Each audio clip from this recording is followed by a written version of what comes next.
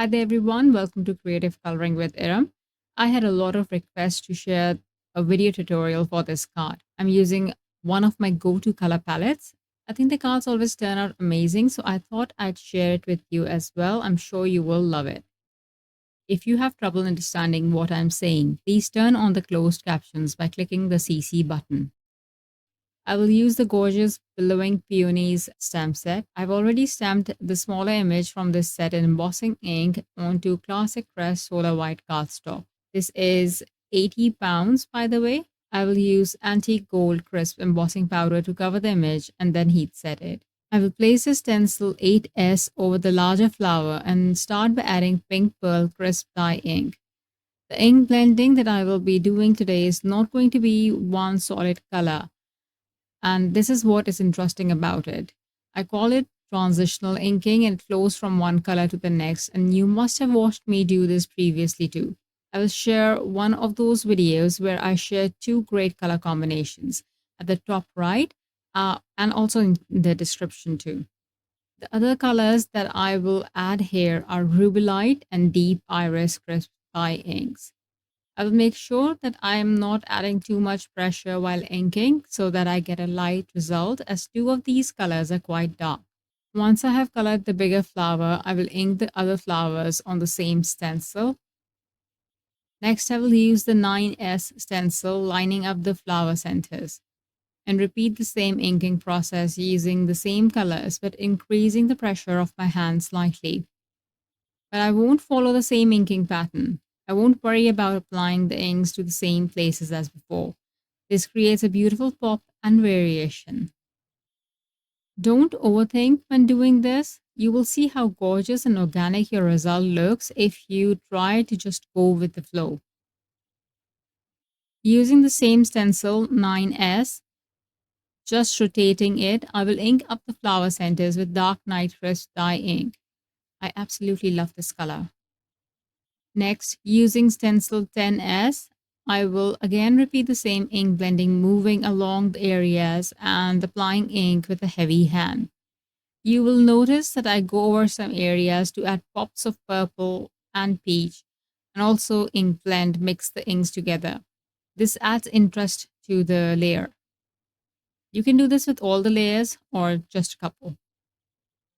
Rotating the same stencil, now I will switch to darker inks using Coral Bliss in place of Pink Pearl, Razzleberry in place of Rubellite, and by mistake I picked up Dark Night with my purple blending brush, which resulted in a very, very dark layer.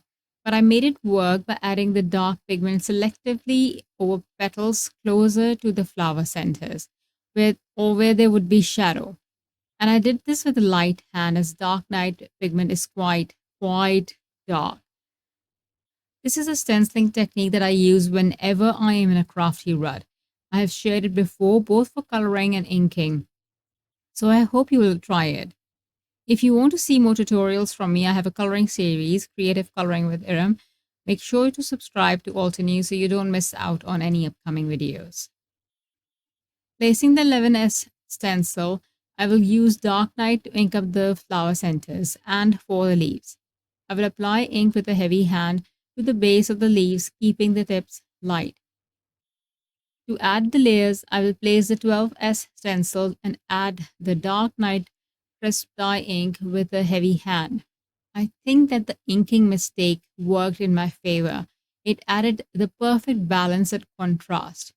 And the Dark Night ink on the petals also added a bit more dimension. I will also heat emboss another flower, this time from the Pristine Peonies stamp. As you can see, they complement each other very well. I will ink it up in the same way as I did the other image. I will die cut the images, set them aside, and work on my background. For the background, I used cream colored cardstock cut to 4 by 7 inches. I used the artist watercolor tubes to add a light abstract color wash using similar tones as used on the flowers. I just randomly added colors but kept this super light. Most of the panel will be hidden anyway. You can use watercolor cardstock, which is a better option, you can completely avoid the watercolor background. You really don't need this. But I want to do something different because I use this color combination a lot and this way of inking. While this was drying, I used the gold watercolor from the Metallic Watercolor 14 pan set and the finest brush from the fine watercolor brush set to add random dots to the image. Next, I added fine black paint splatters to the card front. As I have mentioned before, I used jet black ink spray for this. I add a tiny amount of this spray on to the pan from Essential Watercolor 12 pan set. I lost a bit of footage, but here I temporarily adhered the images with Altenew's glue tape so that I could first cut it along the edges before adhering it with Instant Dimension foam tape. Once this was done, I used the foam tape to adhere the images permanently. Then I went ahead and added some gold splatters too, and a bit of same gold watercolor to the background to give it a gilded look. You can only see this in person and not in the video or in photos, but I am an over-the-top card maker and proud of it too. I love how this always ends up looking good. It looks slightly different each time and with every image and stencil. I hope you will give it a try. You don't have to stick to these 3 shades. Use any 3 or even 2 colors that go together. I hope to do this again soon with different colors. Thanks so much for watching. Bye.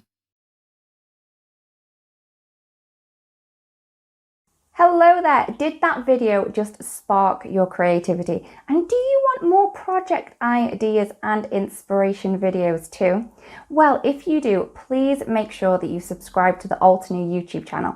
Also, make sure that you do click that notification bell so you don't miss a video. Thanks so much for watching. Bye bye!